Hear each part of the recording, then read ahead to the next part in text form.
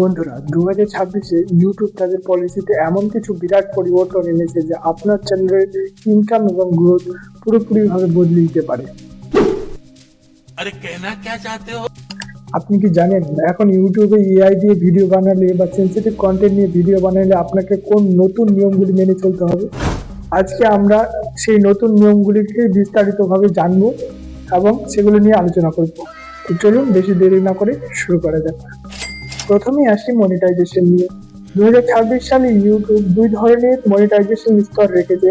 প্রথমেই early access monetization, যেখানে আপনার চ্যানেলে যদি 500 সাবস্ক্রাইবার থাকে এবং 3000 ঘন্টা ওয়াচ টাইম থাকে, অথবা আপনার চ্যানেল যদি শর্ট চ্যানেল হয় তাহলে 3 মিলিয়নের বেশি যদি ভিউ থাকে, তাহলে আপনি এই মনিটাইজেশন পেতে পারেন।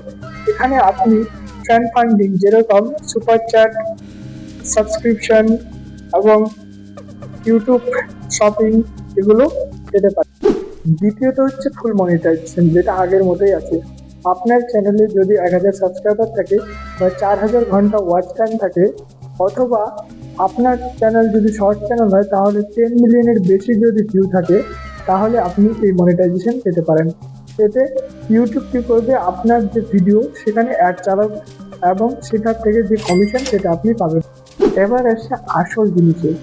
এখন থেকে যদি আপনি এআই দিয়ে ভিডিও বানান যা দেখতে একদম অরিজিনালের মতো, তাহলে আপনাকে ওই ভিডিওতে সিনথেটিক কন্টেন্ট বা অল্টার্ড লেভেল দিতে হবে।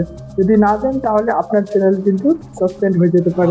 উদাহরণস্বরূপ ধরুন, আপনি একটা অ্যাক্টরকে ভয়েস নকল করে এআই দিয়ে কোনো কথা বলালেন, তাহলে আপনাকে সেই ভিডিওতে সিনথেটিক কন্টেন্ট বা অল্টার্ড লেভেল দিতে হবে। না দিলে কিন্তু আপনার চ্যানেল সাসপেন্ড হয়ে যেতে পারে।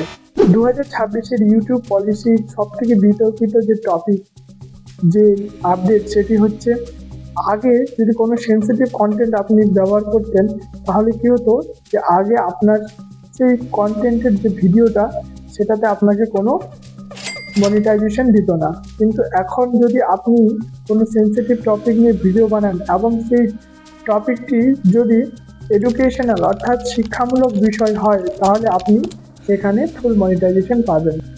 এবং চতুর্থ আপডেটটি হলো রিপিটেটিভ এবং রিইউজ কন্টেন্ট, অর্থাৎ আপনি যদি আপনার সেই কন্টেন্টে কোনো ভ্যালু অ্যাড না করেন, অর্থাৎ ধরে নিন আপনি এমন কন্টেন্ট বানাচ্ছেন যদি শুধু স্লাইড শো দিয়ে একটা ভিডিও বানিয়ে দিলেন, সেরকম কন্টেন্ট কিন্তু ইউটিউব আর মনিটাইজেশন দেবে না। অর্থাৎ সব থেকে মূল কথা হলো 2026 সালে যদি আপনি ইউটিউব টিকে থাকতে চান, তাহলে আপনাকে 3টি বিষয় অবশ্যই মনে রাখতে হবে। 1 নম্বর, আপনার কন্টেন্টে অবশ্যই কোনো ভ্যালু থাকতে হবে, অর্থাৎ আপনার কন্টেন্ট থেকে যাতে দর্শকরা কোনো কিছু শিখতে পারে।